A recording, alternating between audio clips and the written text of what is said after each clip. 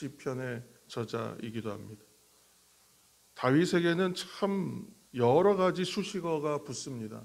또 얼마든지 붙일 수 있습니다. 그런데 그 가운데에서도 저는 이 표현이 가장 기억에 남고 생각에 남는 표현이라고 생각합니다. 하나님의 마음에 맞는 사람. 예전 개역 한글 성경에선 마음에 합한 자 그렇게 표현했습니다. 다윗이 어떠한 사람이었나? 참 하나님 믿는 사람, 하나님이 보시기에 참 믿음의 사람, 참 내 마음에 꼭 맞는 사람, 그렇게 칭찬과 인정을 받았다는 것입니다. 오늘 시편 40편은 하나님의 음성을 듣고자 하면 이라는 우리 찬송, 찬양, 복음성가로 우리에게 너무나 잘 알려져 있는 그런 말씀이기도 합니다. 그리고 다윗의 믿음에 대해서 그 특징들을 우리가 살피고 새길 수 있는 그런 귀한 시편의 말씀이라고 생각합니다.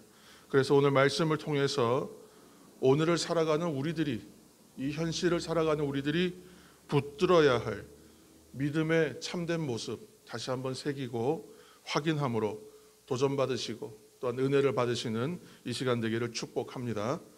오늘 시편의 말씀을 살필 때에 40편의 내용을 한번 쭉 보시면 여러분 또 이제 묵상하실 기회가 있으셔서 묵상하시기 바랍니다. 그러면 1절부터 이렇게 고백하고 있어요. 하나님께서 건져주실 때까지 기다렸다. 이렇게 고백하고 있습니다. 오늘 1절 말씀 방금 읽었지만 다 같이 소리내서 한 번 더 읽겠습니다. 1절입니다. 40편 1절. 내가 여호와를 기다리고 기다렸더니 귀를 기울이사 나의 부르짖음을 들으셨도다. 아멘. 오늘 시편 전체적인 내용을 하나의 주제어로 표현하십시오. 그러면 기다림이라고 말할 수 있을 것 같습니다. 오늘 시편을 통해서 발견하는 다윗을 통해 발견하는 믿음의 참된 모습. 첫 번째는 기다렸다는 거예요. 기다렸다. 다윗이 기다리고 기다렸다 이렇게 표현했어요. 기다릴 수 있었던 이유. 기다리고 또 기다릴 수 있었던 것은 의지할 분이 있었기 때문에 기다릴 수 있었습니다. 아무 근거 없이 그냥 무작정 기다리는 것이 아니에요. 맡길 수 있기 때문에, 의지할 수 있기 때문에 기다릴 수 있었다는 거예요. 내 힘으로 안 되는 일과 상황을 우리가 만납니다. 그런 일들을 만날 때마다 다윗은 어땠냐면 하나님이 하실 것이라 하는 믿음이 그에게 있었다는 거예요. 그래서 하나님께 맡기고 기다릴 수 있었다는 것입니다. 기다렸다는 것이에요. 내 힘으로 안 될 때 하나님께 맡기라는 것입니다. 내 힘으로 안 되는 것들이 있어요. 안 되는 일이 얼마나 많습니까? 그런데 오늘 저 기다리라 그랬잖아요. 기다림이 필요하다고 그랬어요. 그런데 하나님 우리가 믿었습니다. 그런데 왜 기다려야 합니까? 가장 큰 이유 한 가지는 뭘까 생각해 봤어요. 왜 기다림은 늘 있어야 하고 믿음은 기다림이라고 말하게 되는가? 그건 하나님의 시간하고요, 우리의 시간의 개념이 다르기 때문에 그래요. 하나님의 계획과 하나님의 시간이 우리의 바람과 일치하지 않을 때가 있어요. 시간이 다르다. 이렇게 생각했으면 좋겠어요. 그러니까 하나님의 계획과 시간이 우리의 시간과 달라요. 그래서 일단은 기다려야 돼요. 그런데 그 일이 이루어지지 않고 그 일이 성취되지 않느냐? 그렇지 않아요. 그 일은 반드시 이루어질 것이고 반드시 성취될 것이에요. 그러나 이 과정에서의 기다림은 필요하다는 거예요. 하나님의 시간과 우리의 시간이 다르구나. 그래서 우리는 신앙의 의미, 믿음의 의미를 얘기할 때 기다림이라고 말해야 되는구나. 그렇게 이해해야 되는구나라는 것입니다. 만일 내 힘이 있어요. 내 힘이 있어. 내가 할 수 있어요. 그러면 기다려야 됩니까? 아니요. 기다릴 필요가 전혀 없어요. 내 힘으로 하는 사람이라면 기다릴 이유가 전혀 없어요. 내가 그냥 하면 되는데 뭐하러 기다리겠습니까? 답답하게. 형식일 뿐이죠. 그냥 내가 해버리면 되는데 왜 기다리겠어요? 예를 들어서 우리가 성경을 보면 다윗의 행동 가운데에서 기다렸다는 일들을 참 많이 볼 수 있어요. 대표적인 일은 뭐냐면 사울이 다윗을 죽이겠다고 쫓아다닐 때 일이에요. 정작 다윗을 죽이겠다고 추격하는 사람은 사울 왕이었는데 오히려 사울 왕을 죽일 수 있는 기회가 다윗에게 주어집니다. 그것도 한 번이 아니었어요. 두 번이나 그랬어요. 그때 다윗이 어떻게 했냐면 자신의 손으로 죽이지 않아요. 지금 나를 쫓아다니고 나의 생명을 위협하는 이 사람 내가 죽이면 끝나는 거예요. 이 고통은. 이 문제 해결돼요. 내가 왕이 될 수도 있어요. 그런데 행하지 않았다는 거예요. 하나님께 맡겼습니다. 하나님이 하실 것을 믿었기 때문에, 그리고 이것은 하나님께서 하시는 일이라고 확신했기 때문에 그가 기다릴 수 있었어요. 다 맡겨드리고 기다릴 수 있었다는 거예요. 그런데 하나님이 하실 것입니다라고 내가 믿는다고 해요. 말도 그렇게 하고 마음도 그렇게 생각해요. 그러나 기다리지 못할 때가 있어요. 그러면 어떻게 되겠습니까? 내가 믿는다, 맡긴다, 하나님 하신다 그렇게 말하면서도, 그렇게 생각하면서도 정작 나는 기다리지 못해요. 왜 그래요? 그렇게 되면 어떻게 되겠어요? 쉽게 시험에 빠지는, 그때 넘어지는 거예요. 쉽게 시험에 빠지고 넘어지는 일이 반복되는 이유는 내가 기다리지 못하기 때문에, 맡겼다고 하나 맡긴 것이 아니기 때문에 그렇다는 거예요.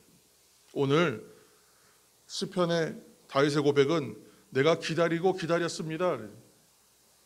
이 고백처럼 기다리는 것이 믿음의 참된 모습이다 라고 우리는 그래서 말할 수 있다는 것입니다. 하나님께서 때로 우리에게 고난을 허락하신 이유도 이 기다리는 것을 배우는 거예요. 맡기는 거 배우는 거예요. 기다림 가운데에 믿음의 참된 모습이 존재하기 때문에 그렇습니다. 2절 말씀 한번 보시기 바랍니다. 2절 말씀. 나를 기가 막힐 웅덩이와 수렁에서 끌어올리시고 내 발을 반석 위에 두사 내 걸음을 견고하게 하셨도다. 할렐루야. 아멘. 여러분, 나의 때와 하나님의 때가 다르다 그랬습니다. 이것을 이해하면 우리가 믿음으로 기다릴 수 있어요. 쉽지 않지만, 어렵지만 기다려야 해요. 그 결과 무엇을 보냐 하면 하나님의 일하심을 보아요. 내가 정말 죽을 만큼 힘든데도 버티면서 기다렸어요. 믿음으로 인내하면서. 그랬더니 하나님께서 이루시는 일을 보는 거예요. 여러분, 그때 불이 붙는 겁니다. 여러분, 내 앞에 닥친 문제를 극복하고 해결할 힘이 어차피 내게는 없습니다. 그러나 하나님이 일하실 것이다. 하나님께 내가 맡기리라. 마음은 떨려요. 다리는 후들후들 떨리고요. 마음은 초조해요. 그러나 그렇게 입술로 선포해야 돼요. 2절 말씀 보시면 지금 기가 막힐 웅덩이랍니다. 이 죽음의 수렁이에요. 죽음의 수렁. 죽을 수밖에 없는 상황이에요. 발버둥 치면 빠져나올 수 있습니까? 내 모든 수단을 동원해도 더 깊이 빠져들어갈 뿐이에요. 이것은 절대적인 외적인 타력, 외부적인 힘이 필요해요. 내부적으로 이것을 벗어날 방법은 없어요. 이미 빠졌기 때문에. 요셉을 시기한 형들이 요셉을 구덩이에 던졌어요.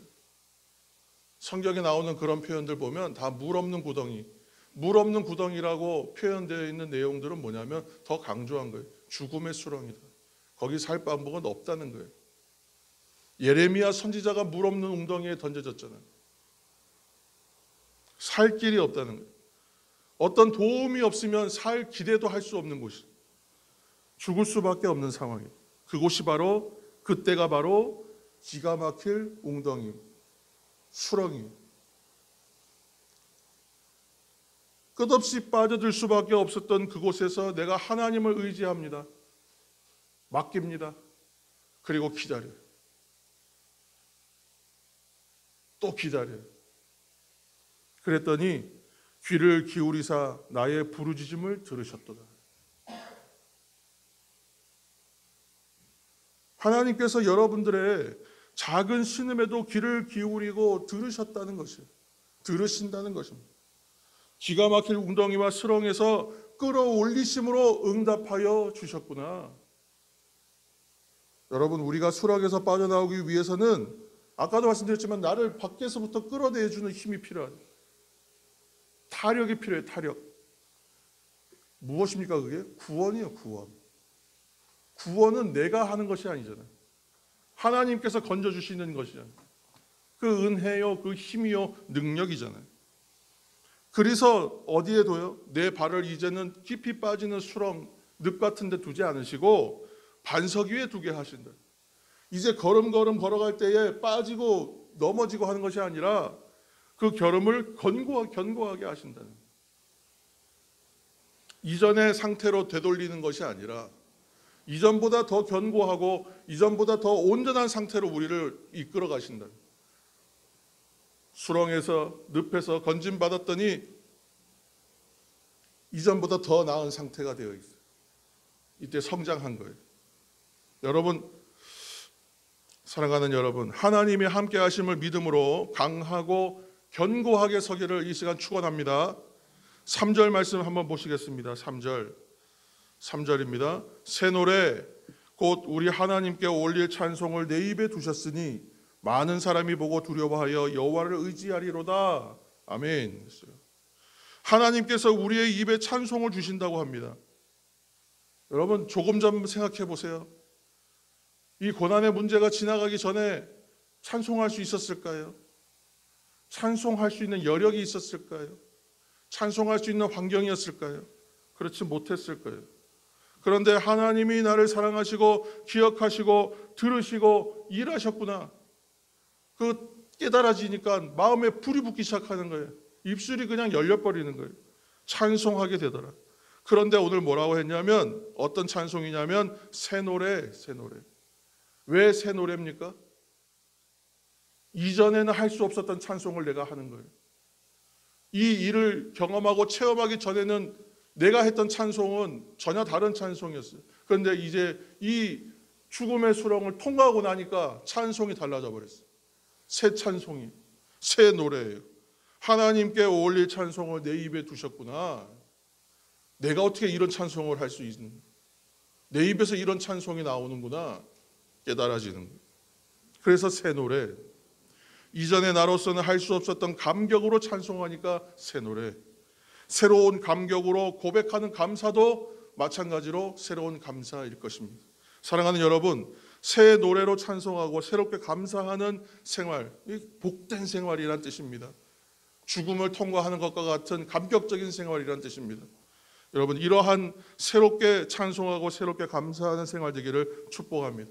여러분, 믿음으로 맡기고 기도할 때에 주시는 찬송, 감사, 이것으로 충만하여 다윗과 같은 믿음의 종 되기를 다시 한번 축원합니다. 두 번째입니다. 다윗에게서 발견하는 믿음의 참된 모습은 뭐냐면 순종했다는 거예요. 순종. 우리가 지금 계속 의지, 믿음, 순종 이제 강조할 수밖에 없습니다.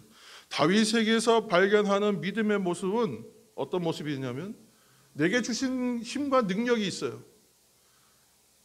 하나님이 내게 주셨으니까 이 힘을 내가 마음대로 운영할 수 있는 자유가 나한테 있습니다. 이거 뭐 신학적으로 자유의지라고도 말하는 거예요. 근데 이러한 자유를 가지고 우리는 뭘 할 거냐는 거예요. 이 자유를 가지고 어떻게 써야 되냐는 것입니다. 그런데 다윗에게서 발견하는 모습은 뭐냐면 하나님이 내게 주신 능력, 자원, 힘, 에너지 이런 것들을 가지고 다 어디에 쓰느냐 하면 순종과 연결하다라는 거예요. 순종과 연결. 이게 하나님의 뜻을 성취하고 이루는 순종으로 연결하다라는 거예요. 다윗은 하나님께서 주신 것을 순종하는 데 집중하여 쓰더라는 거예요. 오늘 말씀 4절까지 읽었습니다만 8절 이하 말씀에서 발견하는 모습이 그 모습이에요. 그 가운데 우리가 8절 한 절 말씀, 시편 40편 8절 말씀 한 절을 대표로 한번 읽겠습니다. 앞에 화면을 참조하시고 가지고 계신 성경을 함께 보시면서 8절입니다. 시작. 나의 하나님이여 내가 주의 뜻 행하기를 즐겨오니 주의 법이 나의 심중에 있나이다 하였나이다. 아멘. 나는 주의 뜻을 행하기를 즐깁니다. 내가 주의 뜻 행하기를 기뻐합니다. 내가 이 일 행하는 것을 좋아합니다. 이 고백은 무엇이냐면 순종하는 것입니다. 순종. 우리는 순종에 대해서 질문해요. 하나님, 어느 때에 무엇으로 내가 순종하리까? 일견 이것이 옳아 보이잖아요. 맞는 것처럼 보여요. 그렇게 하는 게 당연한 거 아닙니까? 하나님, 내가 무엇으로 순종해야 할까요? 내가 언제 순종하면 될까요? 당연해 보이잖아요. 그런데 예를 들어서 한번 생각해 보면요. 여러분, 건강을 위해서 좋은 것입니다. 그러면 우리가 그 내용들을 대부분 모르는 것일 수도 있지만 대부분 알아요. 그러면 내 건강을 위해서 또는 나를 위해서 좋은 일이라고 하면 그거 언제부터 해야 됩니까? 무엇으로 할까요? 라고 물어보지 않습니다. 지금부터 당장 하면 좋다는 거 알고 있어요. 지금 당장 내가 할 수 있는 것으로 실행하는 것이 최선이라는 것을 알 수 있어요. 알고 있습니다. 순종도 마찬가지. 믿음의 생활이라고 하는 것은 그래요. 내가 내 마음에 이미 다 주셨거든요. 사실은 알게 하셨거든요. 근데 하면 돼요. 내가 언제부터 실천할지 질문하지 않아요. 무엇을 해야 할지도 질문하지 않는 거예요. 이스라엘이 바벨론에 의해서 멸망하고 예루살렘은 초토화됐습니다. 성전 다 무너졌고 성곽도 다 무너지고 백성들은 세 차례에 걸쳐서 다 끌려갔어요. 그때 끌려간 사람들을 역사 기록들을 보면 조금씩 다르지만 대략 100만 명 정도까지 추산해요. 최대치로.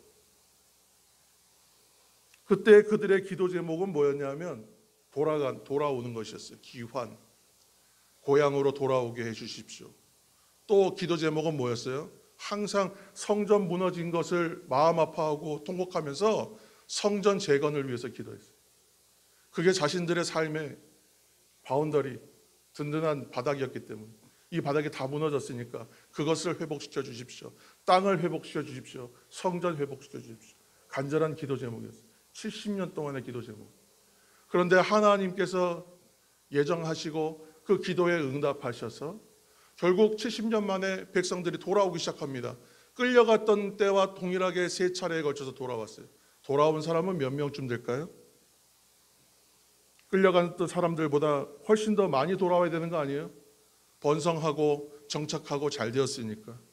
그런데 고레스 왕 때 고향으로 돌아와 성전 재건할 수 있는 조건이 이루어졌습니다. 놀랍게도.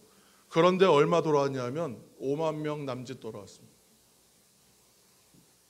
여러분, 내 앞에 주어져 있는 일들에 대하여 순종의 기회로 삼으라는 거예요. 실제로 100만 명이 끌려갔다가도 순종의 기회가 막상 주어지면 기도했던 것이거든요. 응답받았거든요. 그런데 그것에 대해 감사하며 순종하는 사람은 100명 중에 5명도 안 된다는 거예요. 그만큼 적다. 왜 다윗을 믿음의 사람이라고 말하겠어요? 나는 믿음이 있습니다 말하는 사람이 얼마나 많은데요. 그런데 왜 다윗을 믿음의 사람이라고 꼽아서 하나님께서 내 마음에 맞는 사람, 내 마음에 합한 자 그렇게 말씀하시는 거예요. 여러분, 내 앞에 주어져 있는 일들을, 위기를, 고난마저도 여러분 기회로 삼으시기를 축복합니다. 다윗은 내게 주어진 자유, 내게 주어진 구원, 내게 주어진 힘으로 하나님 앞에 순종하기를 힘썼어요. 나를 위한 자유로 삼지 않고 순종하기에 힘썼어요. 물론 다윗도 실수가 많아요. 그러나 그때마다 하나님 앞에 다시 돌아왔잖아요. 사도 바울도 마찬가지예요. 내게 주신 자유로 육체의 기회를 삼지 않는 거예요. 여러분, 인생에도 하나님께서 자유를 주셨습니다. 여러분, 힘을 주셨어요. 하나님은 순종하는 인생에 무엇을 주시냐면 능력을 부어주세요. 하나님께서 주신 능력을 주셨는데 그것으로 순종하는 데 써버리면 하나님께서 더 부어주시는 거예요. 달란트 비유하고 똑같습니다. 2달란트, 5달란트 줬는데 1달란트 줬는데 그 달란트에 맞게 살아내면, 그 충실하게 살아내면 거기에 더하여 주시는 거예요. 하지 못하면 그것도 뺏어서 하는 사람에게 줘버리는 거예요. 하나님의 뜻이 그렇다는 것입니다. 달란트를 생각하면 잘 이해되실 것입니다. 주신 능력, 힘, 자유를 잘 사용하면 하나님이 더하여 주신다. 하나님 더하여 주시옵소서. 그럼 내가 먼저 순종하면 능력 부어주시고, 내가 먼저 행하기 시작하고 믿음으로 나가기 시작하면 하나님 더 부어주시는 것을 여러분 기억하시길 바랍니다. 왜 다윗을 하나님은 내 마음에 맞는 사람이라고 하시겠습니까? 왜 다윗을 그렇게 높이 평가하겠습니까? 다윗이 하나님이 주신 것을 순종하는데 오로지 사용하기를 힘썼기 때문입니다. 여러분 순종하시기 바랍니다. 그럼 순종 위에 능력 부어주시고 순종하면 또 더해주시는 은혜가 있습니다. 그러면 어디로 가겠어요? 승리의 길로 가게 된다. 한 번 감사하고 두 번 감사하면 감사가 감사의 꼬리를 물어 축복이 이어지고, 여러분 한 번 순종하고 두 번 순종하고 세 번 순종하면 놀라운 기적이 여러분 일어난다는 걸 믿으시길 축복합니다. 우리에게는 하나님이 행하시는 일들 드러내어 나타내어 보여주시는 것을 보는 역사가 필요합니다. 아버지 하나님 앞에 순종하며 나아가는, 그래서 하나님의 기적을 체험하고 경험하는 저와 여러분 우리 교회 성도 다 되시기를 예수님의 이름으로 축원합니다. 믿음의 사람은 기도로 나아갈 것입니다. 믿음으로 기도하고 맡김으로 기도하고 주신 뜻에 순종하여 믿음의 종 다 되시는 여러분 되기를 예수님의 이름으로 다시 한번 축복합니다.